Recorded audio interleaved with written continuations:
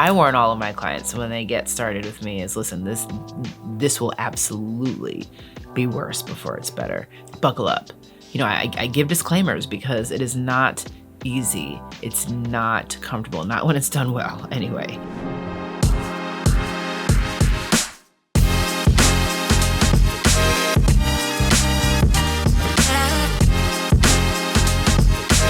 Welcome to the Pastor's Lounge. I'm Sherry, your unapologetically Christian therapist. Here we talk about all things mental health and wellness from a biblical perspective. I want to give some really practical advice for people that are, both for clinicians and clients, post-therapy cool down. Something that, those who have been in the therapy world, whether as the one giving it or receiving it, it's a lot. It is a beautifully brutal process, and it is not for punks, those who are, again, the giver and the receiver alike. It is not an easy career, and it's definitely not an easy experience to be in a space where you are definitely not literally, but the imagery that I give is like you're in a room full of mirrors, but naked, and with someone sitting across from you like, tell me about all of these really hurtful, painful things, ready, go, and you pay for it, right? It is a pretty rough space to be, where you are just in this deep introspection, deep recollection of some of your most horrific, painful experiences that you are paying to retell.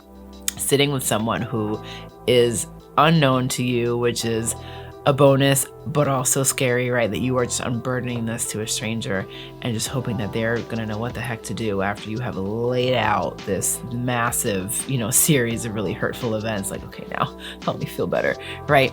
I warn all of my clients when they get started with me is, listen, this will absolutely be worse before it's better. You're not going to feel great on the other side of this. You are intentionally going for the darkest spaces of your experience and purposely remembering them, rehashing them, and taking them apart, teasing it out to force some fresh insights and healing to the surface so you can actually walk fully with wholeness. And so buckle up. I give disclaimers because it is not easy. It's not comfortable, not when it's done well anyway. And so I want to offer just some pointers to that can be for both clients and clinicians alike when you are walking through a really tough set of sessions, or you're the person who is sitting in that chair or, on your Zoom call, and your whole story is coming out and you are just, through your second box of tissues, just trying to work through it all. And then after that, you have to, presuming it's Zoom, for example, or you just shut that computer and just walk out of your room or your office or whatever it is to your, screaming family, or the dog needs to be taken out, and, blaring things and, alarms and meals to cook and things to do and things to take care of.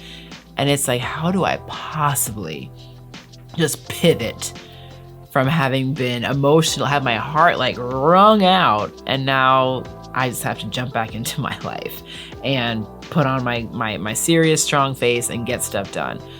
Conversely, just like for the therapist, who for most of us, it's not the end. You have one client who you just sat with them as their hearts were wrung out, and then you say, okay, all right, let's see you next week. And then boom, you're back in the room with a whole other person doing the same exact thing all over again. Some of us for 5 hours, some for 6, some of us for 8 and 9 straight through. And it is a lot. It is hard to hold that space for somebody hour after hour. And then you have to go back into your life and jump into your world and things that have to be done and your obligations, your demands outside of here. And that's a lot to ask of, again, both the giver and the receiver. So what to do? Now, I did not memorize my list that I wrote, so I'm going to shamelessly read it, but let's talk about the things that are most necessary. Now, I can also suggest some things that you can do as you're stepping into it. For clients and clinicians, I'm always going to recommend, to the best of your abilities, when you have a therapy session, try not to have something important immediately after. To the best of your abilities, which I know is not everyone's reality, give yourself at least a 15-minut buffer, ideally 30. 15-minute buffer before you just jump right back into the next meeting, the next time, okay. Okay. All right. So ladies and gentlemen, we're going to do that. That is so much to ask of your emotions and your mind for clinicians and for clients. give yourself a buffer. So if you can schedule it that way with your sessions, your meetings, I think that is just right off the top the healthiest thing you can do. So if you're just on the verge of setting up some new therapy sessions for yourself, you definitely want to make sure you schedule it at a point where you will be able to have a little breather afterwards to come back down, right, after everything that you will have just unearthed. Okay. All right. So suggestions, nice and simple. Number one, post-session cool down, post-therapy kind of, relax or kind of reframing, which ideally can happen either in between appointments for the clinician or right at the conclusion of it as you step back into your day for the client, or for clinicians at the very end of your day when you're done seeing your people and now it's time to really make your transition back into the rest of your world. Apply this wherever it fits, I guess is what I will say. So number one, meditation and prayer. I start all my sessions with prayer to myself. I don't pray with my clients out loud all the time unless they ask me to, but I will take a moment just to quietly in my heart, thank you, Lord, for your wisdom, your guidance, your direction, and just kind of just settle myself, and concluding it, thank you, Lord, for walking me through that and for guiding me, and just give myself that window just to invite the Lord at the bookends, right, of that work. But definitely doing that as a client, as a clinician, taking a moment to just pray, meditate, be still, and just kind of let the moment, kind of work its way through and pass, so you can feel like you can make a transition to the next thing that's on your list, because we all know inevitably there are other things that need your attention pretty soon thereafter, let's be honest. Then deep, slow, steady breaths. Your breathing tells your body how you're doing. Short, shallow, or holding your breath is communicating what's going on in here. Are we about to fight? Like, is there an issue? Are we about to have a major, panic? What's going on? Keeping your breathing nice and easy, taking some moments to deep breathe. Settle yourself down. Look, I just relaxed my own self just now. Take a minute and let yourself get some deep breathing and resettle yourself after everything that you just either heard or had to say. It makes a difference. Journaling. I'm already hearing some people like, oh, I can't stand it. All right, it's not for everyone. It's not for everyone. That's why I have 10 things here, not just one. So if this doesn't work, that's fine.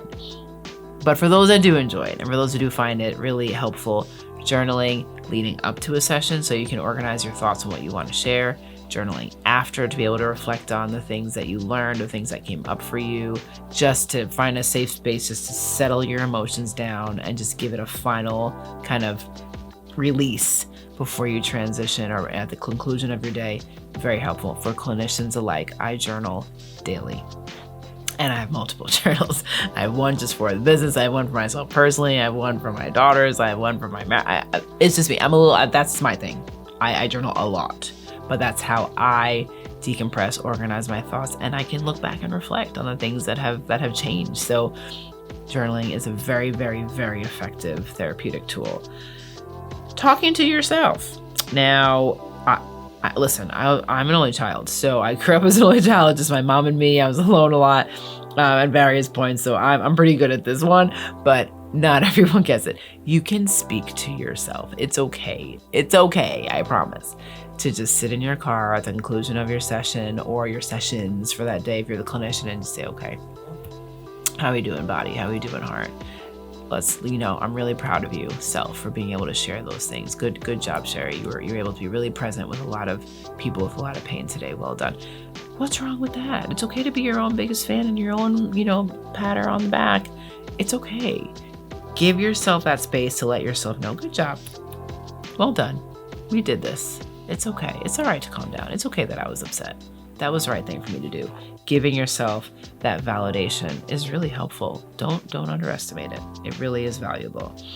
Taking a walk, short or long, depending on where this fits in your day and in your timing. Move your body. Usually, I would imagine the majority of therapy is done seated. You're sitting and you're going back and forth having this exchange. Get some movement in. Get out of the office, out of wherever the space was that you were having, this conversation. Move your body, get some air. It really helps to just loosen your muscles, take the tension out, give you a different set of scenery, and it does help to calm you down and relax after you've really given yourself a really challenging experience. So I definitely encourage that, or some stretching. If you don't have a lot of time, I would do it between sessions at times, just kind of getting up, stretching my body, moving a little bit. It really makes a big difference, and it helps you to reset. If you are driving to therapy, or even as a clinician, you are leaving your physical office and going home, take a minute. Don't get out of the car so fast. Don't be so quick to get out of the car. I've had plenty of clients who sometimes meet with me from their cars because that's the most private place that they have. And I will tell them before we wrap up, don't go back in the house right away. Set an alarm for 5 more minutes. Stay here. Give yourself a minute before you make that transition. Don't be so quick to get out, or take the long route home. Take the scenic route back to the house, back to wherever you're headed next, just to give yourself an opportunity to just chill.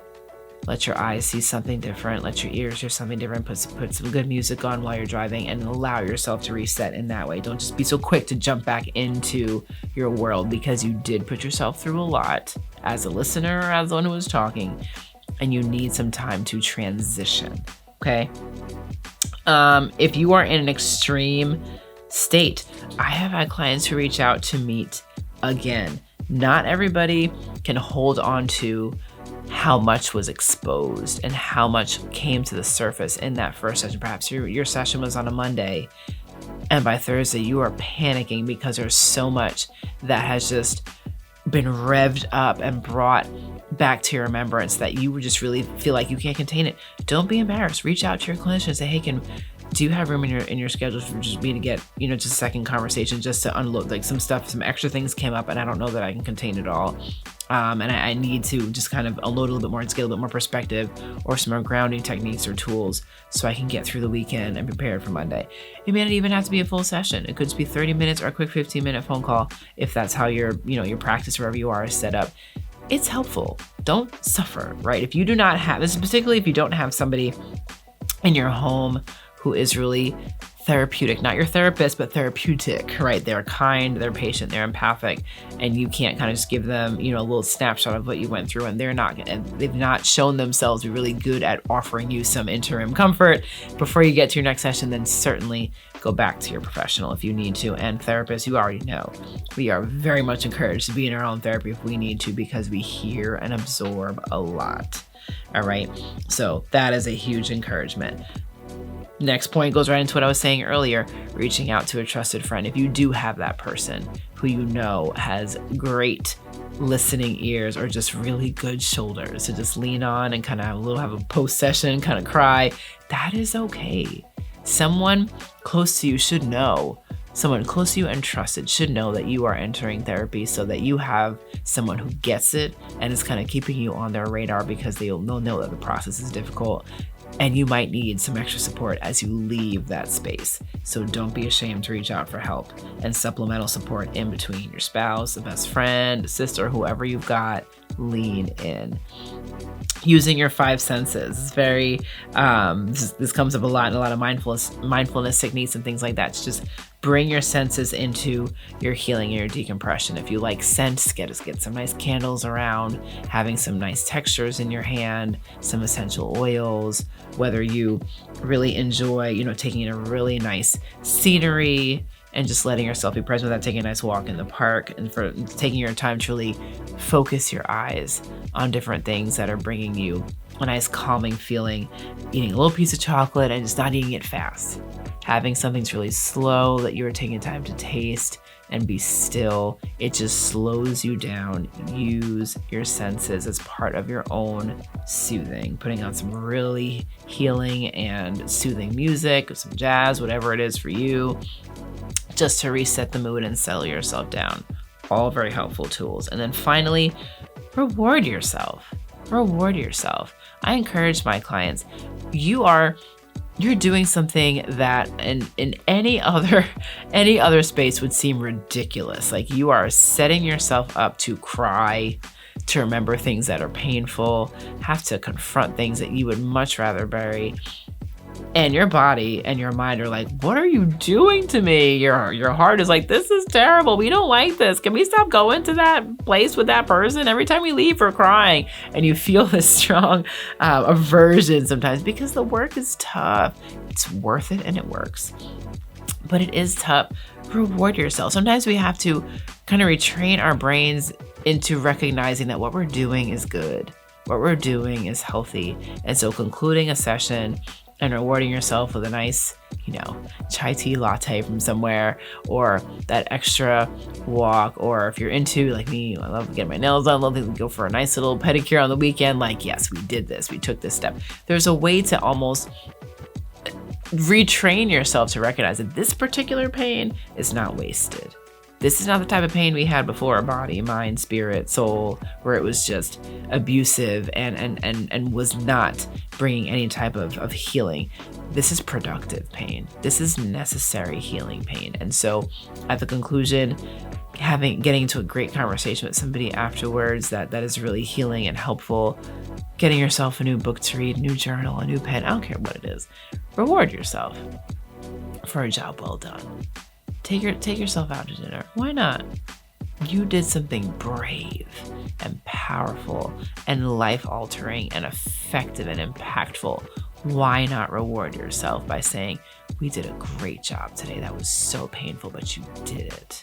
And you're one step closer to having your peace back, So, and as clinicians, same for you. This is hard. This work is tough, but it's awesome, but it's tough, right?